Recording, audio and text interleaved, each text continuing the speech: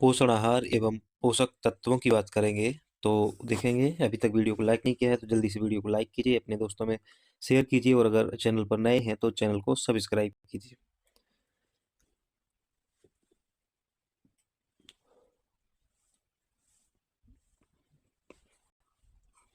हमारे वीडियो में एक बहुत ही महत्वपूर्ण चीज़ आपको देखने को मिलती होगी कि यहाँ वहाँ की बातें बहुत कम होती हैं, सिर्फ कंटेंट पे फोकस किया जाता है। इसकी वजह इतनी सी है कि ताकि आपका समय बचे और आप जल्दी से जल्दी इस कंटेंट को पूरा कर सकें। अगर हम फालतू की बातें करके यहाँ वहाँ की बातें करके ये बातें वो बातें सुना के आपको अपने वीडियो को बड़ा करके और ये सोचें कि व्यूज़ आ जाएं और वॉच टाइम आ जाए, तो उससे कोई मतलब नहीं है। हमारा प्रथम उद्देश्य जो है वो आपका सिलेक्शन है और इसके लिए हम इसलिए छोटा वीडियो बनाते हैं ताकि जल्दी से जल्दी कंप्लीट हो जाए कंटेंट। इसलिए थोड़ा बिना यहाँ वहाँ की बातें किए सीधे कंटेंट पर चलते हैं ताकि जो है ना आपकी सफलता सुनिश्चित हो सके। जितना आप किसी और वीडियो को देखने में समय लगाते हो उतने में यहाँ आप उसका 2 बार रिवीजन कर सकते हो वीडियो से, है ना? तो ये तो अच्छी बात है ना? तो आगे बढ़ते हैं वीडियो में। पोषण के बारे में देखें तो पोषण को हम 2 प्रकार से देखेंगे। एक तो जंतु पोषण और पादप पोषण। जंतु पोषण में पूर्णभोजी परजीवी और मृतोपजीवी को पढ़ेंगे। वहीं पादप पोषण में स्वपोषण और विषम पोषण। स्वपोषण में प्रकाश पोषण स्वपोषण और रासायनिक स्वपोषण को समझेंगे। सबसे पहले पोषण क्या होता है उसको समझेंगे। वह प्रक्रिया जिसके द्वारा जीवित जंतु भोजन प्राप्त करते हैं तथा इसका विभिन्न जैविक क्रियाओं में उपयोग करते हैं तथा अपशिष्ट का परित्याग करते हैं, यह प्रक्रम पोषण कहलाता है। जंतु पोषण कितने प्रकार के होते हैं? 3 प्रकार के। पूर्णभोजी, है ना? इसमें जीव पोषक पदार्थों को ग्रहण करके उसे पचाकर अवशोषित करते हैं, यह 4 प्रकार के होते हैं। तो जो जंतु पोषण 3 प्रकार के होते हैं, पहला जो प्रकार है वो है पूर्णभोजी और जो पूर्णभोजी है ना वह भी 4 प्रकार के होते हैं। इसमें शाकाहारी पहला है, जो प्राणी पादपों में भोजन लेते हैं उन्हें शाकाहारी प्राणी या जंतु कहते हैं। उदाहरण के लिए गाय, भैंस। वहीं मांसाहारी, जो प्राणी अन्य जंतुओं का मांस से भोजन लेते हैं उन्हें मांसाहारी कहते हैं। उदाहरण के लिए शेर, चीता। सर्वाहारी में वे आते हैं जो प्राणी पादप तथा जंतु दोनों से पोषण प्राप्त करते हैं, उन्हें सर्वाहारी कहा जाता है, जैसे कौवा और मानस। वहीं अपमार्जक की बात करें तो जो प्राणी मृत जंतुओं से भोजन लेते हैं, उदाहरण के लिए चींटी, बलचर, गिद्ध आदि, है ना, ये इसका उदाहरण है। तो सबसे पहले हमने पूर्ण भोजी को देखा, उसमें शाकाहारी, मांसाहारी, सर्वाहारी और अपमार्जक देखा। अब हम परजीवी की बात करेंगे। तो जब एक जंतु अपने भोजन को दूसरे जंतु से प्राप्त करता है तो उसे परजीवी कहते हैं, जैसे मच्छर, जू और गोलकृमि इसका उदाहरण है। मृतोपजीवी क्या कहलाते हैं? जब जंतु अपना भोजन सड़े गले और मृत पदार्थों से तरल कार्बनिक पदार्थों के रूप में प्राप्त करते हैं तो उसे हम मृतोपजीवी कहते हैं। उदाहरण के लिए कवक और जीवाणु इसका उदाहरण है। पादप पोषण क्या होता है? पौधों को अपनी वृद्धि हेतु विभिन्न पोषक पदार्थों की जरूरत होती है। यह पोषण पौधों प्रकाश संश्लेषण की क्रिया से प्राप्त करते हैं। यह मुख्यतः 2 प्रकार का होता है। एक तो स्वपोषी पोषण, जब पौधे अपना भोजन स्वयं प्रकाश संश्लेषण की मदद से प्राप्त करते हैं, जैसे हरे पौधे, शैवाल आदि, यह 2 प्रकार के होते हैं। प्रकाश स्वपोषण, इस पोषण में पौधे अपना भोजन का निर्माण सूर्य की ऊर्जा से करते हैं, जैसे हरे पौधे करते हैं। वहीं रासायनिक स्वपोषण, इस पोषण में पौधे अपने भोजन का रासायनिक निर्माण रासायनिक पदार्थों तथा कीटवनों से प्राप्त होता है, जैसे नाइट्रोजनीकरण, जीवाणु। विषम पोषी पोषण में आता है जब पोषण स्वयं भोजन का निर्माण नहीं कर सकते हैं, जब पौधे स्वयं भोजन का निर्माण नहीं कर सकते हैं और ये भोजन के लिए दूसरे जीवों पर पौधों पर निर्भर रहते हैं, तो इन्हें विषम पोषी कहा जाता है। इनमें 2 विभाजन किया गया है। परजीवी पौधे जैसे अमरवेल देखी होगी आपने, है ना, रेपलेसिया, ये क्या होता है? दूसरे पौधों पर या वृक्षों पर छा जाते हैं और उनसे अपना भोजन प्राप्त करते हैं। और मृतोपजीवी पौधे क्या होते हैं? माइक्रोराइजा और अन्य कवक इसमें शामिल हैं। कीटभक्षी में यूट्रिकुलेरिया या ब्लैक बर्ड, घटपर्णी, पिचर प्लांट इसमें आते हैं कीट भक्षी पौधों में।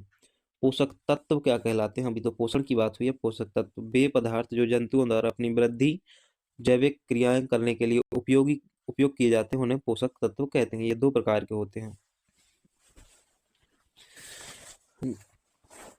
जंतु पोषक तत्व कार्बनिक, कौन कौन से कार्बनिक? कार्बोहाइड्रेट, प्रोटीन, वसा और विटामिन। और अकार्बनिक में लोहा, iodine, copper, calcium calcium, sodium और पोटेशियम। सबसे पहले एक एक करके कार्बनिक पदार्थों को देखेंगे। तो कार्बोहाइड्रेट का जो सूत्र है वो है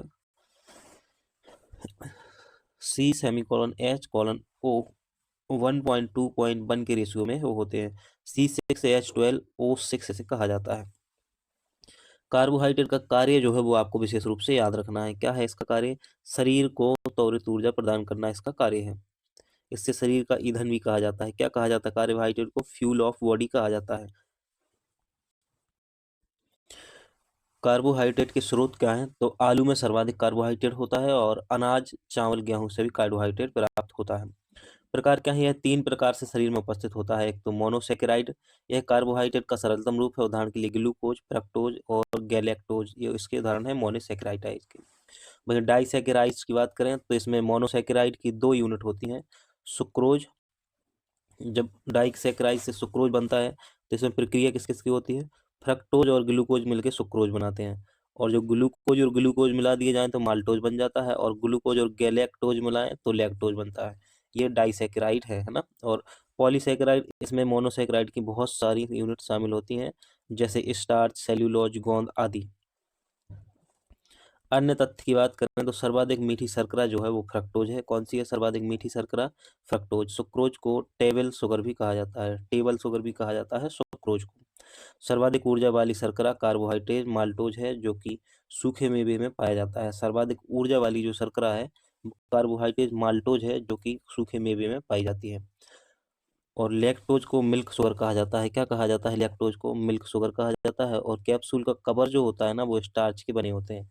कैप्सूल अब कभी ना कभी आपने खाई ही होंगे, तो उनका जो कवर होता है ना वो स्टार्च का बना होता है। सर्वाधिक मीठी शर्करा पूछी जाए तो फ्रक्टोज होता है। लैक्टोज को मिल्क शुगर कहा जाता है ना। इसके बाद हम आगे बढ़ते हैं। प्रोटीन जो है, प्रोटीन अमीनो अम्ल से मिलकर बनता है। किससे बनता है? प्रोटीन जो है अमीनो अम्ल से मिलकर बनता है, और अमीनो अम्ल की संख्या लगभग सामान्यतः 20 होती है, जिसमें से 10 शरीर द्वारा व शेष 10 भोजन से प्राप्त होते हैं। शोध द्वारा 2 नए प्रकार के अमीनो अम्ल खोजे गए हैं, तो कुल संख्या 22 मानी जाती है। प्रोटीन किससे मिलकर बनते हैं? अमीनो अम्ल से मिलकर बनते हैं, याद रखना है। कार्य क्या है प्रोटीन का? प्रोटीन नई कोशिकाओं के निर्माण में, शरीर की संरचना के निर्माण में सहायक होते हैं। कहाँ से मिलता है प्रोटीन? तो सोयाबीन, दलहन, मछली, मूंगफली, अंडा, यहाँ से प्राप्त हो सकता है क्या? प्रोटीन। प्रोटीन की कमी से रोग कौन कौन से होते हैं? तो देख लेते हैं उनको। मरासमस जो रोग है यह बच्चों में 1.5 वर्ष से पहले होता है। यह प्रोटीन और वसा दोनों की कमी के कारण होता है।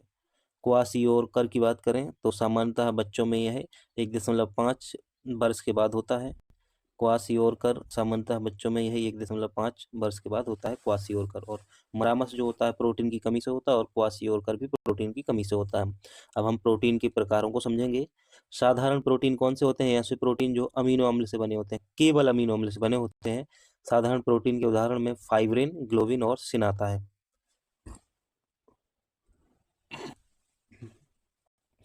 कॉम्प्लेक्स प्रोटीन में कौन आता है? संयुक्त प्रोटीन में ऐसे प्रोटीन अमीनो अम्ल या खनिज से मिलकर बनते हैं।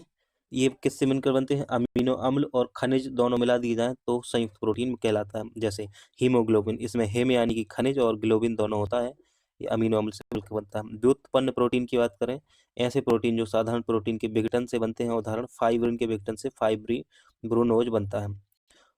थ्रोम्बिन के विघटन से प्रोथ्रोम्बिन बनता है। विभिन्न प्रकार के परीक्षा उपयोगी प्रोटीन देखें तो जो स्रोत है, दूध से आपको कैसीन प्राप्त होता है। दूध में कौन सा प्रोटीन होता है? तो कैसीन होता है। सवाल कुछ इस प्रकार से आते हैं कि दूध का जो पीला रंग है किस कारण होता है? तो वो कैरोटीन की वजह से होता है ना। गेहूं में कौन सा प्रोटीन पाया जाता है? ग्लूटीन पाया जाता है। इस प्रकार से प्रश्न आते हैं, एक एक करके हम इस लिस्ट को देख लेते हैं।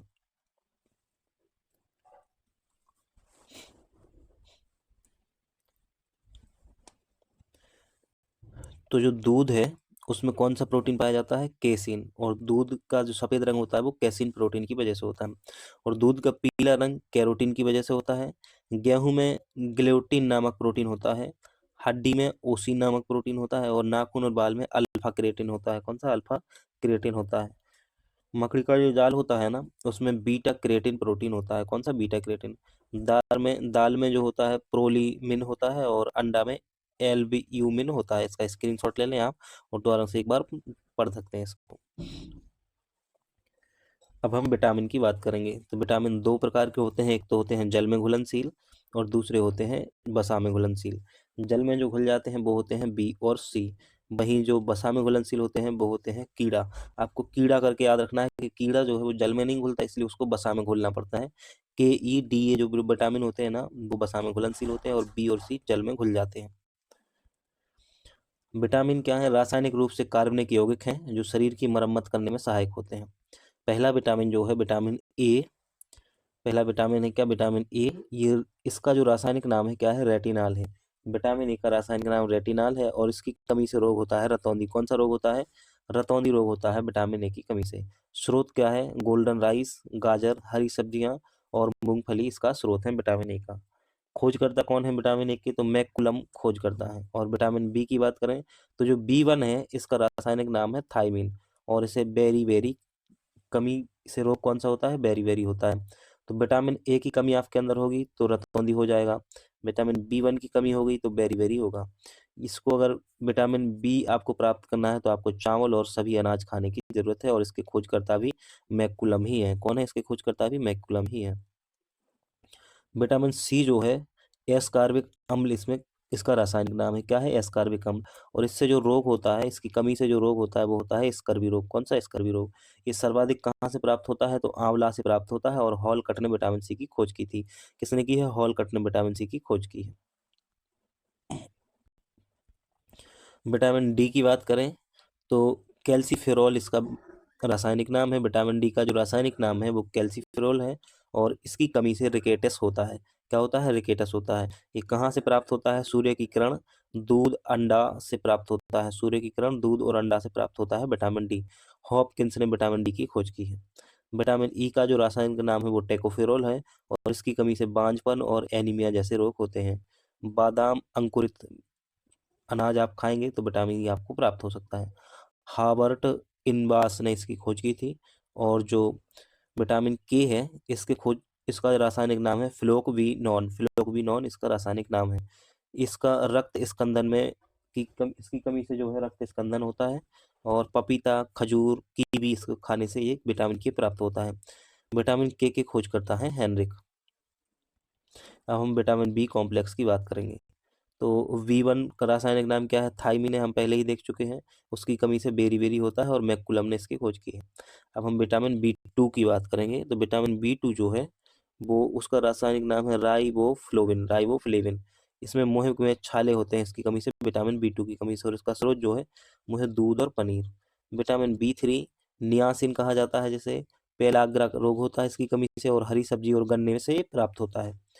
विटामिन B5 की बात करें तो पेंटोथेनिक अम्ल इसका रासायनिक नाम है।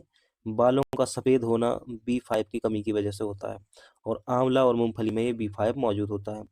B6 की बात करें तो पायरिडॉक्सिन इसका रासायनिक नाम है B6 का, और एनीमिया या रात के सपने याद नहीं रहते हैं, ये B6 की वजह से होता है। दूध और हरी सब्जियां इसका स्रोत हैं। B7 को बायोटिन कहा जाता है। क्या कहा जाता है? B7 को बायोटिन कहा जाता है। इसकी कमी से लकवा और बालों का झड़ना होता है। आंवला इसका बेहतरीन स्रोत है। B7-8 की बात करें तो इनोसिटॉल इसका रासायनिक नाम है, और आंत में संक्रमण होता है इसकी वजह से, इसकी कमी की वजह से। दूध, हरी सब्जियां इसका स्रोत है। B9 की बात करें तो फॉलिक अम्ल, रात में आंत में संक्रमण, ई कोलाई निर्माण इसका स्रोत है।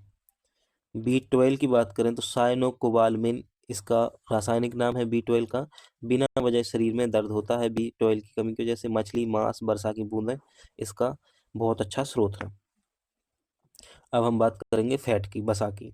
वसा शरीर को संचित ऊर्जा प्रदान करता है। क्या करता है? स्टोरेज एनर्जी प्रदान करता है।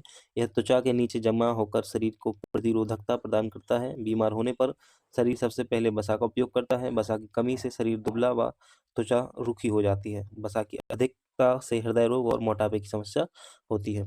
वसा के प्रकार देखें तो एक तो होता है संतृप्त वसा, और दूसरा होता है असंतृप्त वसा। संतृप्त वसा में क्या होता है? इसमें अधिक वसा की उपलब्धता होती है, उदाहरण घी, मक्खन, डालडा, नारियल का तेल। वहीं असंतृप्त वसा में इसमें कम वसा की उपलब्धता होती है, मूंगफली, सरसों, जैतून का तेल। अकार्बनिक पदार्थों को देखें तो आयरन की बात करेंगे सबसे पहले।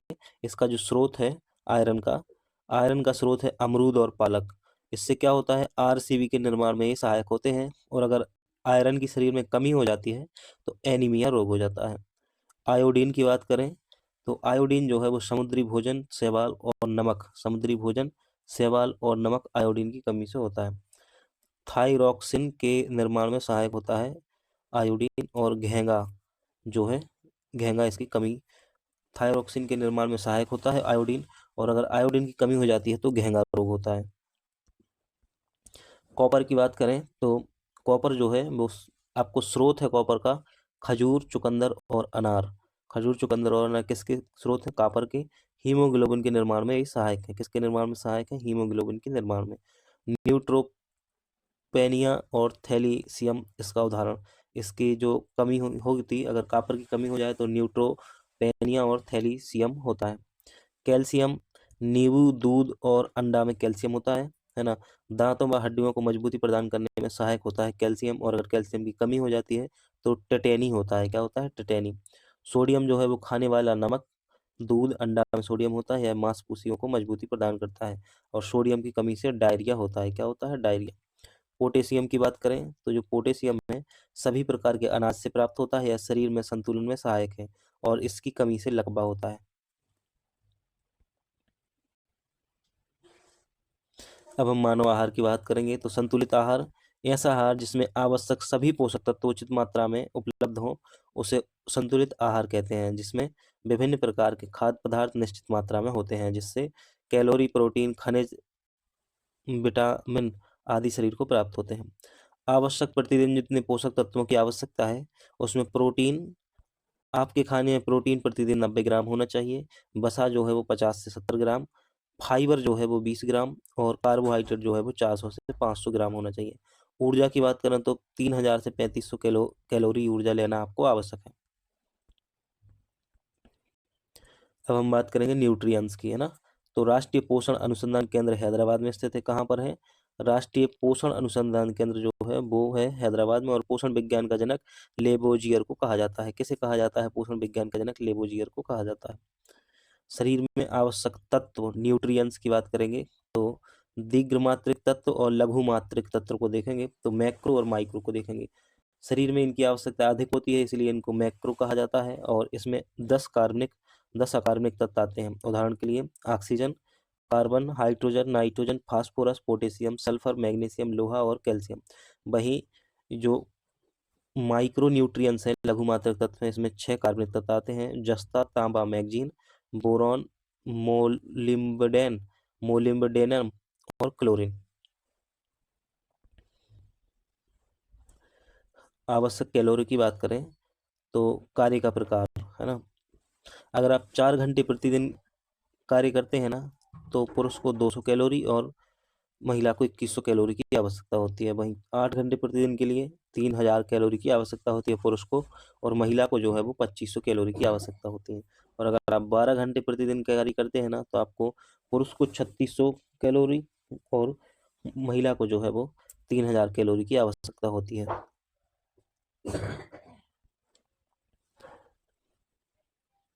पोषण से संबंधित जीवों के मध्य संबंध देखें तो सकारात्मक संबंध में सहजीविता और सहकारिता आता है। वहीं नकारात्मक संबंध में परजीवी, प्रतिस्पर्धा और असहभोजिता आता है। मेरे हिसाब से तो सिर्फ इतना ही महत्वपूर्ण है, लेकिन हम इनको विस्तार से भी देख लेते हैं। सकारात्मक पोषण में सहजीविता देखें तो इसमें धन धन पॉजिटिव संबंध होता है। इसमें दोनों जीव साथ साथ रहते हैं। किसमें? सकारात्मक पोषण में, सहजीविता में। और इसका उदाहरण है जो लाइकेन है, इसमें कवक और शैवाल दोनों रहते हैं। इसमें दोनों को ही लाभ होता है। माइकोराइजा, उच्च पौधों की जड़ों और कवक इसमें साथ में पाए जाते हैं। सहोकारिता जो है वो इसमें भी एक को लाभ होता है और दूसरे को ना तो नुकसान होता है और ना लाभ होता है सहोकारिता में, है ना। जबकि सहजीविता में दोनों को लाभ हो रहा होता है। सहोकारिता में एक को लाभ होता है, दूसरे को ना लाभ होता है ना हानि होती है। इसमें एक जीव को लाभ और दूसरे जीव को ना लाभ ना हानि होती है। उदाहरण ई कोलाई और मानव। नकारात्मक पोषण परजीवी में देखें तो इसमें एक को लाभ हो रहा होता है और एक को हानि होती है। इसमें एक जीव को लाभ तथा दूसरे को हानि होती है। और इसका जो उदाहरण है अमरवेल है। अमरवेल जिस वृक्ष पर छाई होती है उस वृक्ष को तो हानि होती है, लेकिन अमरवेल को फायदा होता है। बीमारी पैदा करने वाले सभी सूक्ष्म जीव भी समझ सकते हैं आप इनका उदाहरण। इसमें परजीवी में। वहीं प्रतिस्पर्धा में इसमें दोनों को हानि हो रही होती है, प्रतिस्पर्धा में और असहभोजिता में, अमनसेलिज्म में, इसमें एक को हानि हो रही होती है और दूसरे को ना तो लाभ होता है ना हानि होती है।